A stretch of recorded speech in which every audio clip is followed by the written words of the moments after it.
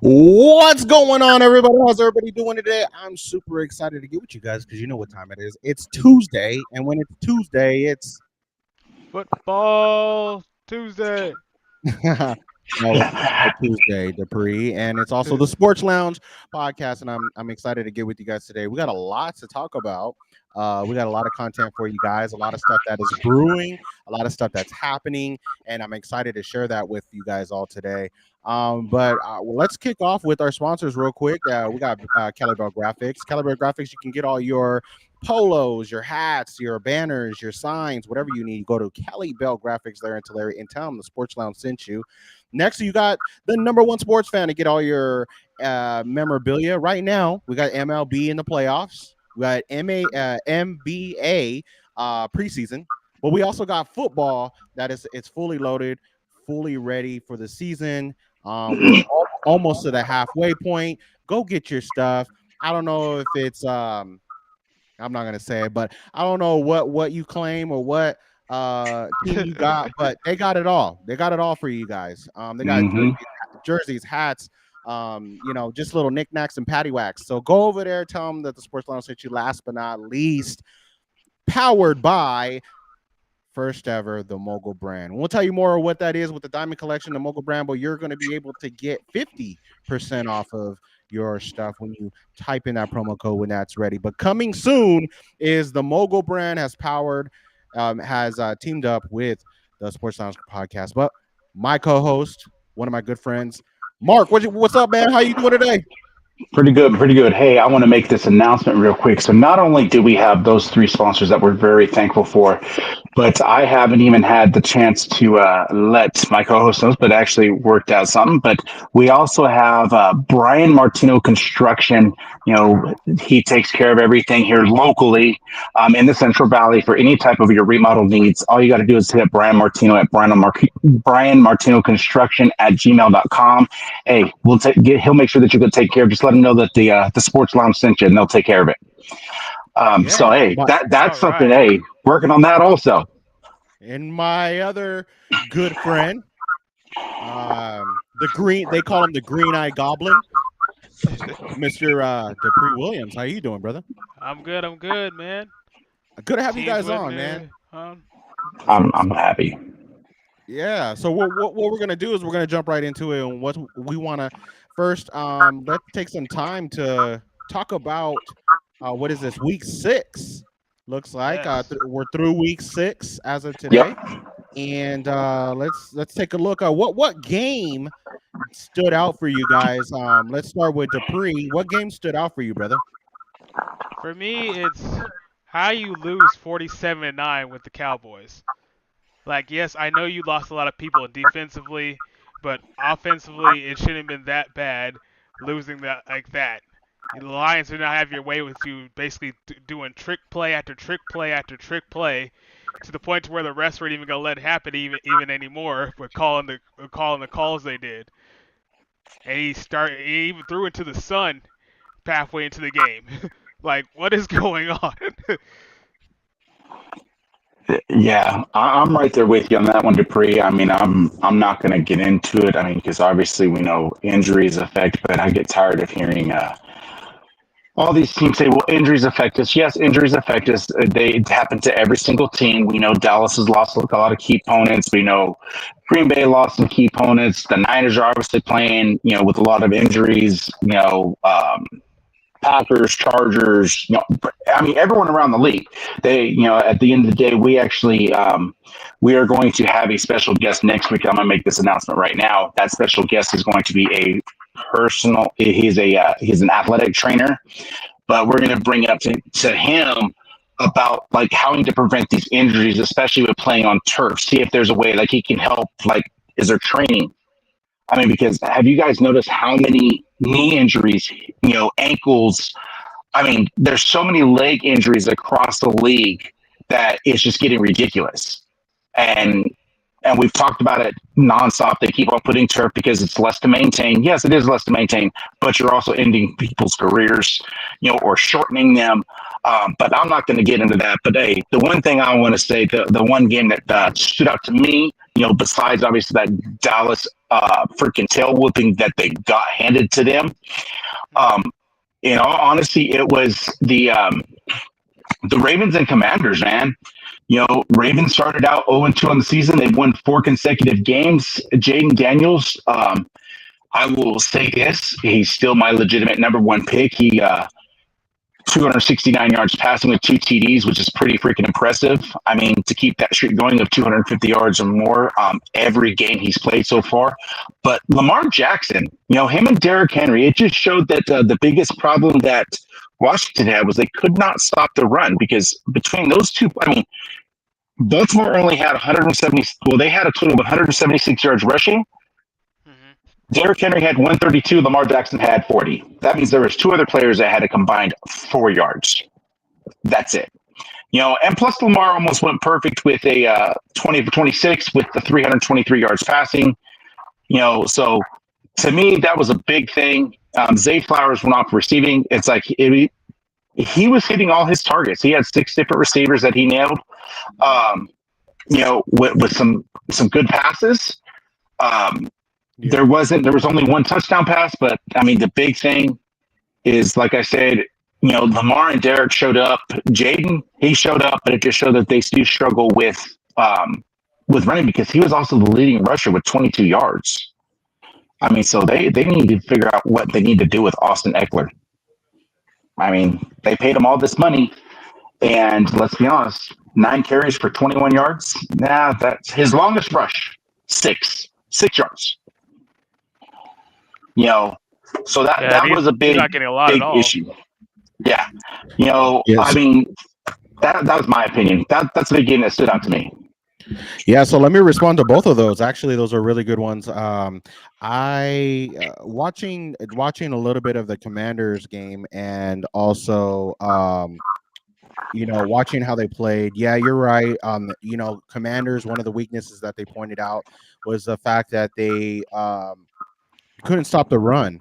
But also, Lamar Jackson was 20 for 26, 323 yards, a touchdown. He did have a pick in that game, but it showed you that they can do both, right? They can run and pass, and so that was that's something that stood out to me. The thing that was really, I guess, concerning if it was Washington, number one, they couldn't run the ball on the Ravens. Again, you said that their leading rusher was six carries for 22. So if you limit them from rushing and getting Jaden Daniels elusive, obviously you're forcing him to throw the ball, and he did throw the ball.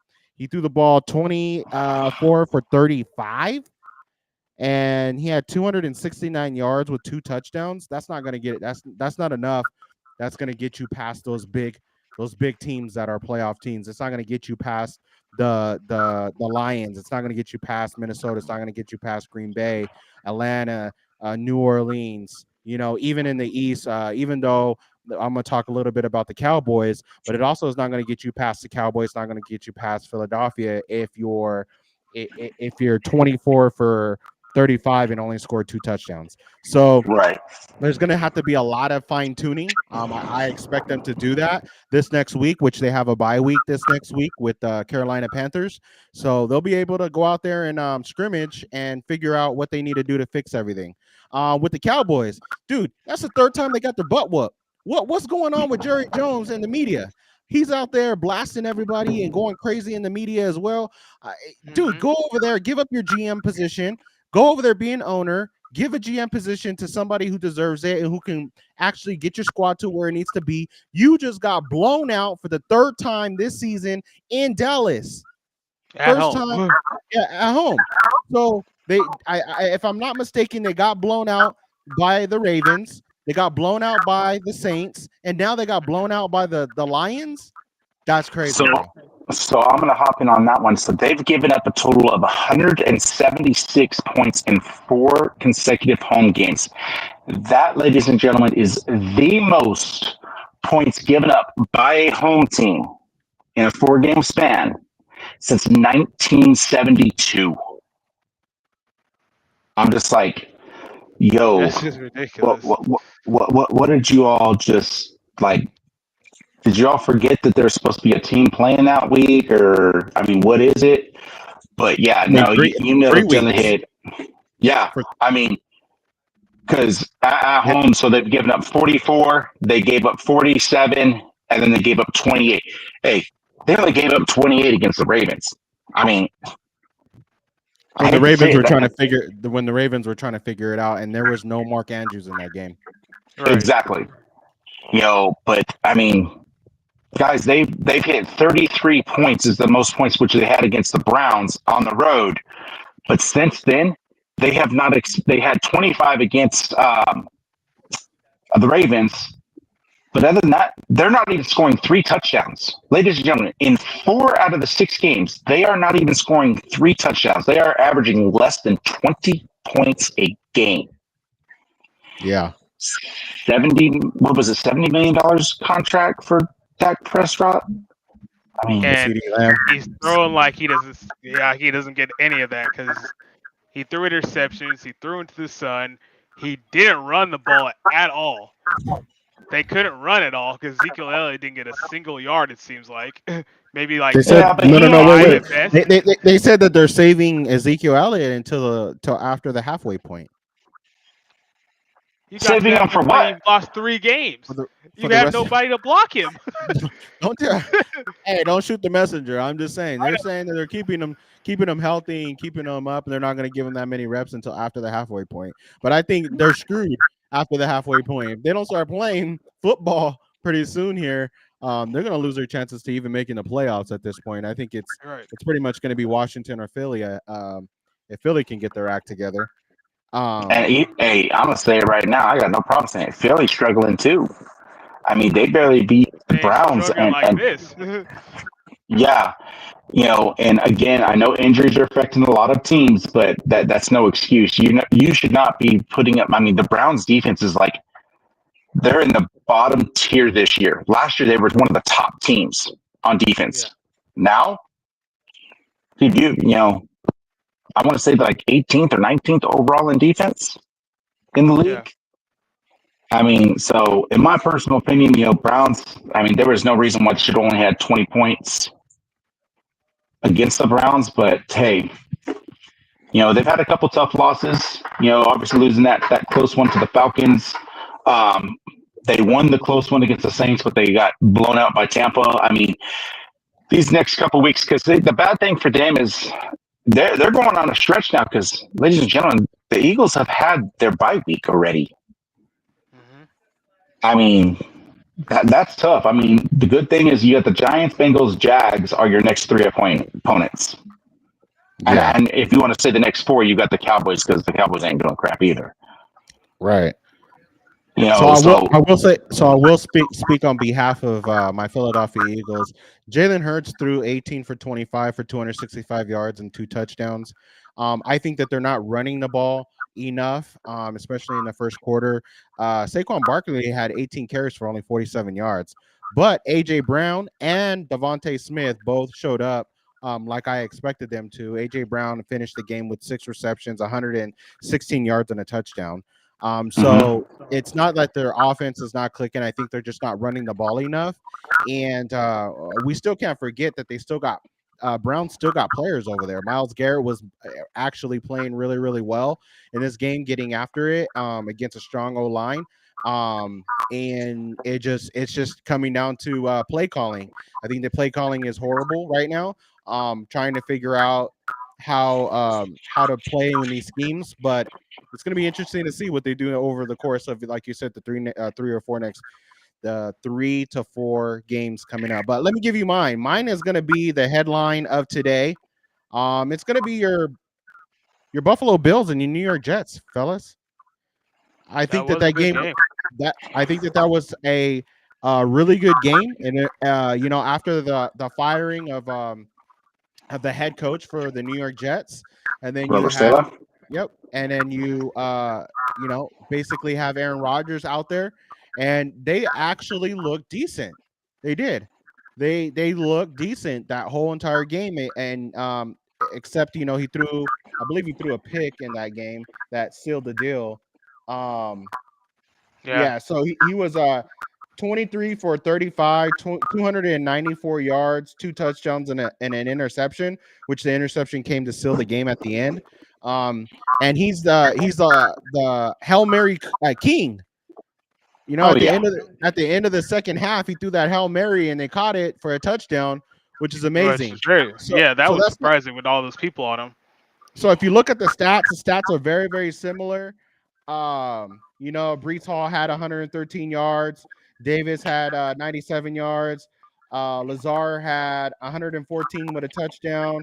Davis had he only had 55 receiving yards. But that's not what I really want to talk about, even though that was really similar in how they played, and it is actually a game that I would rewatch again. But it's the fact that they both acquired a wide receiver. Starting with the New York Jets, went and got Davante Adams, which everybody knew that this eventually was going to happen, but they went and got him in a time as now. And what I mean is in a time that they knew that what they have and the stretch that they have, they just fired a coach. They need to beef up if they're going to make the playoffs, give them a familiar face. And guess what? Yeah, Davante Adams becomes the number one, which is crazy. Now you have Garrett Wilson and Lazar. That is a crazy trio. Then on the other side, you give Josh Allen somebody to throw to and an Amari Cooper, and yeah, they acquire Amari Cooper for the stretch. Well, so that just makes them a little bit more dangerous. Well, my big thing for that one with the whole thing with Josh Allen is they went and drafted Keon Coleman, which, if you guys remember correct, the Bills traded out of the first round. That was one of the biggest things that a lot of people said, because they lost Gabe Davis. I mean, you've got their leading receiver was their running back in Ray Davis. Their running back.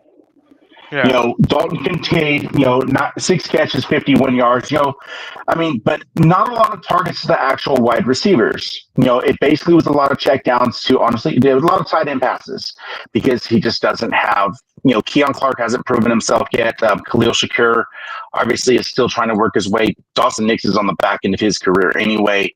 I mean, but that to me is a big thing that it's like, Buffalo, they needed a legitimate wide receiver. They don't have one. And you nailed it dead on the head. Davante Adams is going to become the number one, even though Garrett Wilson obviously is younger. But, Alan Lazard just goes back to a number 3, just like he was at Green Bay. But here's the thing, are we going to change the names to the New York Packers? I'm just going to ask that question. I mean, Maybe. 8 players from the Aaron Rodgers era are now former teammates are now with the New York Jets. 8. And they all went back with Aaron Rodgers again. I'm just going to say this. I'm a Packer fan. How many Super Bowls did the Packers win? 1. 1. Why are you trying to put together the same team when you couldn't win but one with the last team you all were on? That's the problem that I have. The Jets haven't won one yet. I don't think it is a problem. I think the thing about it is that they have a defense now, right? They have a defense. You got Sauce Gardner, in the trio, right? They got a really solid defense, and now you have a better line. You have the thing that you don't have is a solid tight end, but now you got 3 legitimate wide receivers. Randall Cobb, which was his, target, like he was more like a Tyler Lockett for the Seahawks. Aaron Rodgers has that in Lazar now. You know what I mean? And so now you got, you can man up if you want to, right? But now it's like, and then what are you going to do in zone? So it's going to be really interesting down the stretch. We're going to have to see how this all plays out. I think it plays out well for them. But again, what is it that the second rounder turns into a first rounder if they make the AFC Championship? No, it's a third rounder, or if they make the AFC Championship, if they have to win the AFC Championship and make it to the Super Bowl for it to become a second rounder. Interesting. Okay. Yeah. So yeah. So you can toss that out because ladies and gentlemen, you're talking about as of right now. The New York Jets right now are sitting at 2-4. They're 2 games behind the Buffalo Bills, what they just lost against them. Their point differential is only 5. The Jets have lost now 3 games in a row. I mean, the only team that's done worse than them has been the Patriots, who's lost 5 in a row. I mean, The only hard game they got is the Steelers, but they go right back to Patriots and then the Texans right after that. yeah. And if you want So to count the Cardinals. I mean, so you're gonna have to face the Steelers defense.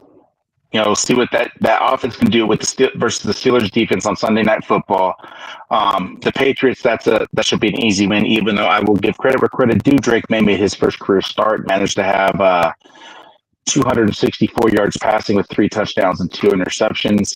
Some rookie mistakes, obviously, but still 264, and he was the number 3 pick. I mean, he does show promise. I don't know if he'll show better next game. I think he's. I mean, to me, that's still the number 1 pick. We don't even have to go into this conversation because we all already know it's Jaden Daniels. Only rookie record that Caleb Williams is going to make. We have a group message and it says, he's going to Caleb Williams is going to break all the rookie records. The only record Caleb Williams is going to break is how many different colors he can paint his fingernails. That's the only thing that dude is going to break. Everyone wants to give credit. I've had a lot of people on social media talking about, even in our group message, is the NFC North the toughest division in football? And I am a fan of the Green Bay Packers, and everyone knows this, and I will say this. Hell no. Not at all. Don't let the record sit there and fool you. Yes, you've got an undefeated 5-0 Minnesota Vikings team. I'm not denying that. Yes, you have some 4-1s, some 4-2s, but ladies and gentlemen, let's actually be a person of to do their research. The Chicago Bears opponents, their 4 wins have came against the Titans, the Rams, the Panthers, and the Jaguars. A combined 4 wins for all 4 of those teams. That's pathetic. The Green Bay Packers have 4. They're 4-2 also, and this is my own damn team, and I really don't care because I'm going to be a real person. Green Bay Packers only teams they have beat: the Cardinals, the Rams, the Titans, and Colts. Again, they've beat nobody. The 2 losses came against the Eagles, came against the Vikings, and again, the Eagles game was in Brazil on a Friday night, and so of course getting different, but still, you still lost. Okay, the Lions have 4 wins: Rams, Cardinals, Seahawks, Cowboys. Their 1 loss came against the Bucks. Again, yeah. Who have they beat? You might want to give them credit for Seattle. Right. The only team in that only team in that division that has played some opponents has been the Minnesota Vikings. They played the Niners, the Texans, the Packers, and the Jets, and the Giants. Those are their 5 wins. Okay, 49ers, Texans, and you might want to say it's a division rival. You got the Packers in there. That was a close game, 31-29. Yep. Packers had to come back. They actually were blowing them out. But again, you got we're going to see what Minnesota can do this weekend against the Lions without Aiden Hutchinson, who is now out for the season because of, having his tibula. Yeah, it was his tibula that was broken. Off of after sacking Dak Prescott for the 12 millionth time, it seemed like. But ended up getting I was joking with Mikey about it earlier. I said I find it ironic that all of a sudden you get Aiden Hutchinson goes out for the season. Then next thing you know, the Lions decide to go ahead and extend defensive tackle Alim McNeil for a 4-year, $97 million, including a $55 million guaranteed. And just so you all know, it was his leg that snapped Aiden Hutchinson's. I was like, man, and I joked about it. I know it didn't happen, so I'm not saying. I hope no one takes it seriously. But I was joking, saying, man, I said that's what it took for him to get paid. He just had to make sure Hutchinson was going to be out for a while. But no, obviously we know it wasn't done for reals, but still, Detroit's locking them up. WXYZ.com. Who's that audio playing? Night for our Detroit Lions. That's not me. They crushed the Cowboys in Dallas 47-9, but they also Is that you, Mikey? huge loss in the process. Star defensive lineman Aiden Hutchinson was carted off the field early in the third with a serious injury. Head coach Dan Campbell confirmed after the game that it was Hutchinson's tibia and that he would be out, quote. Okay, it was tibia. Now, fans are really worried about Hutch, flooding social media with messages wishing him a speedy recovery. We know people all over the state are sending their love and their prayers. We're included in that number. So that's my big thing right there. That's what I got. I mean, so stop giving the freaking NFC North a credit where credit is not deserved, because it has been a joke. And as for everyone and, people trying to say, oh, Caleb Williams is the next big thing. Again, yes, he had whatever the heck he had, 4 touchdown passes. Again, ladies and gentlemen, he was playing the Jacksonville Jaguars. Right. I'm sorry. They might be 4-2. And like I said, they might end up at this rate, they might end up with a 5-4 record against a weak freaking schedule.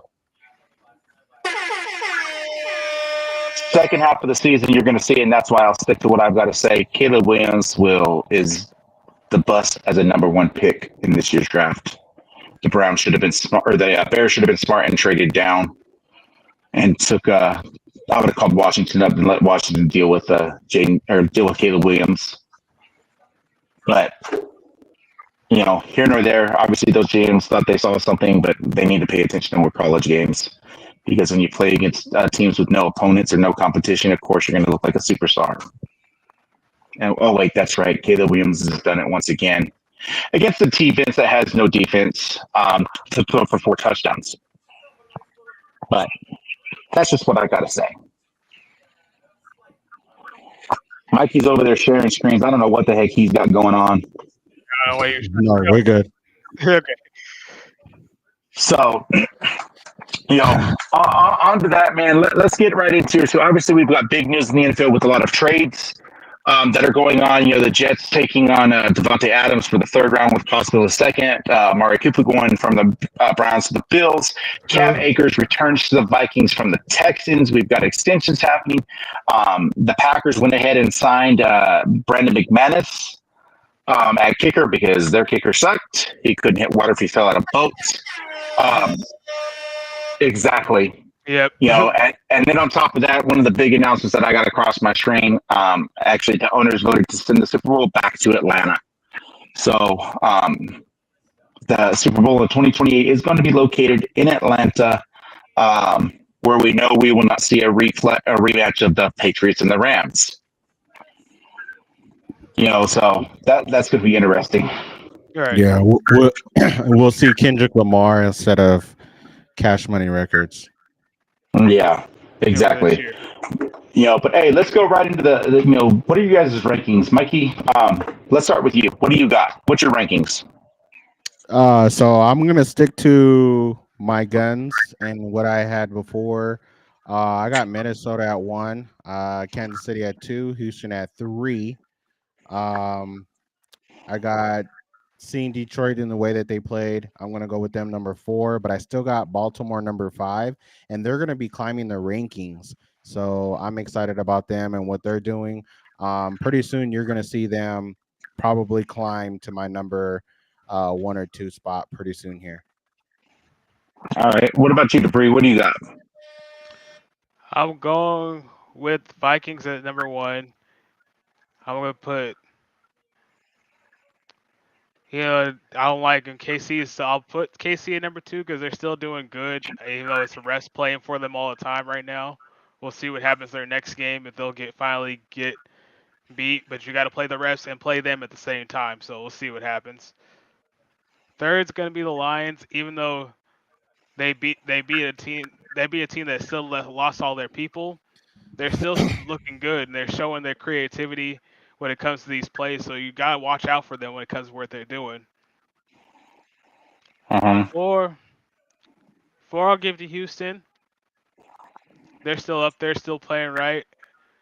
And 5, I'm gonna go with the Falcons. They've been showing up. Kurt has been showing up. The team is finally gelling a lot better, and it seems like they're gonna keep going. Hey, Dupree, good job on putting that together. I appreciate that, man. Thank you for that. No problem. Oh, bro, you're having way too much fun over there. No, I know. I'm gonna finish it out. And I'm actually, I gotta say, it is Minnesota at 1. I actually, my personal opinion, I have Houston at 2. I have uh, Casey at 3. Then I'm gonna go um, with honestly, I probably think I will say I think it's Tampa. Okay. Oh my Tampa at gosh. 4. I got Tampa at 4, and then I got Baltimore at 5. Okay, That's number what I 5. got. Okay. Yeah. And I mean, I know that one little, that Tampa game in there.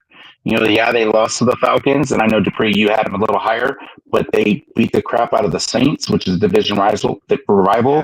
Yeah. They beat that's actually the Detroit Lions' only loss on the season. That's one of the Commanders. I mean, so they've only loss they had was realistically the only downfall that Tampa had was the loss to Denver. That was the big factor. But I think this weekend for Tampa playing against the Ravens, to me, I think if they beat Baltimore, I will tell you this right now: Tampa beats Baltimore this weekend, I'm pushing them up right there to 3, possibly even number 2. Okay. Okay. I thank you because for that. they've had a lot of tough opponents. Yeah. Yeah. Oh, Well, thank you for that, Mark. Appreciate that. That was a good top 5 for sure. Appreciate Way that. too much fun. Way too much freaking fun over there. But yeah, so I mean, I still see I don't know, man. Just Tampa just doesn't stand out to me. I mean, they had a big loss against the Falcons. That is probably going to haunt them later on in the season. I think they needed to win that. They're going to play them again. That's going to be huge. But I just don't see them beating Baltimore. I just don't. For whatever reason. But yeah. You guys got to remember that game that with Atlanta, that went into overtime. That's why I personally think that I have Tampa over Atlanta. Kirko Chainz, 58 passes, 509 yards on that game. He had 42 of 58. But yeah, so that's why I think, in my opinion, I have Tampa over Atlanta in my top 5. Yeah, so there's and this is another thing another point that I, in all seriousness, I need to make is, I'm going to go back to, there's going to be one team that's going to shock the world when they put it all together, when they put all the pieces that need to be fixed on defense, and they put all the pieces that need to be fixed on offense. Like, it's going to be a team that you're not expecting, but when they do it, this is all you're going to hear, bro. I'm just honest to God. This is all you're going to hear. Not this ad, but give me 1 second. 1 second. Okay. Yeah. Again, this is all you're going to hear.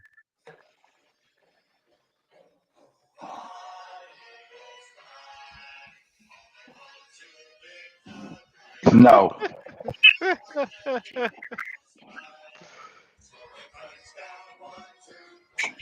No, we are not going to hear "Fly Eagles Fly." But on that big note, obviously we got Week 7 coming up. We got some big games this weekend. Thursday night is Denver and New Orleans. That should be an easy win. The game that's going to stand out to me is it's going to show up, and that's going to be the Seattle-Atlanta game. I think that's going to be a really good game to watch. Depends on what Seattle team is going to show up. Another one is Houston-Green Bay. Let's see what they can do. Detroit-Minnesota. Definitely that one. Kansas City, San Francisco. What team is going to show up for San Francisco? The Jets, Pittsburgh, and obviously you got Monday night, Baltimore, Tampa. So there's going to be a lot of good games this weekend. But there's 2 Monday night games. I don't even really want to consider the second Monday night. I mean, I don't even know why they even talk about it. Oh, that's right. That's why it's on ESPN Plus, because it's such a waste of time to even air it. I mean, because the Cardinals, but the Chargers have been winning 3 games already in a row, coming off the bye. Come on. Anyway, I'm just giving you a hard time, Dupree. But hey, on the big note on that, so we've got those big games, but for me, I'm going to be honest, y'all. I will not be watching football. I will not care about football right now on Sunday, because this is Alabama hate week for me. This is the third Saturday of October.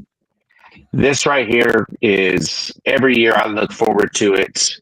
And if you all want to watch some great football, I'll tell you what, college football is the way to go this weekend, because you cannot beat the fact is that you got the number one Texas Longhorns against the Georgia Bulldogs.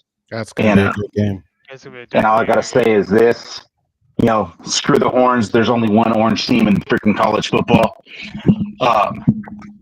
But on top of that, you've got, of course, the third Saturday of October, and it is going to be a great one. You're going to have Alabama and Tennessee. And again, all I got to say to that is, fuck Bama. Oh, don't care what anyone says. Nope, I don't care. There's only one team that matters to me, but yes. No, he's going to say it. I got no problem, but no, I'll stick to it. Just remember, Jesus is watching, bro. Yeah, he's forgiven me for my sins, because he knows I'm going to say that every time when it comes to that stinking team. But no, like in all honesty, y'all, if you want to watch some good college football, good football in general, I mean, Saturday's games are going to be amazing. Starting at 12:30, Bama and Tennessee. You've got Michigan and Illinois. You've got Georgia and Texas. So that's what football is about. Don't worry about Sunday. Don't worry about Monday. Saturday football is where it's at, because you're going to see truly some great games. So anyone needs to get a hold of me. Don't try if Tennessee is on. Do not try. Don't try at all. So, but hey, that's all we got for tonight's show.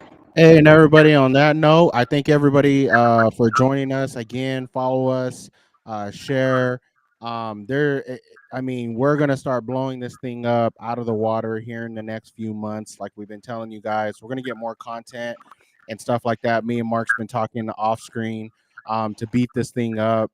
Starting on here, having some fun, figuring out this new platform that we have, and I'm excited to get with you guys next week. And with that being said, Dupree, Mark, we'll see you guys next Tuesday at 7:00. Hey, next Tuesday, 7:00, we have a special guest. So please hop on and come take, because it's not just going to affect with the athletes, but like I said, we have a special personal trainer that we're going to talk to about how to make sure with injuries across anything. So next Tuesday, 7:00, look forward to having you all on here. Yes.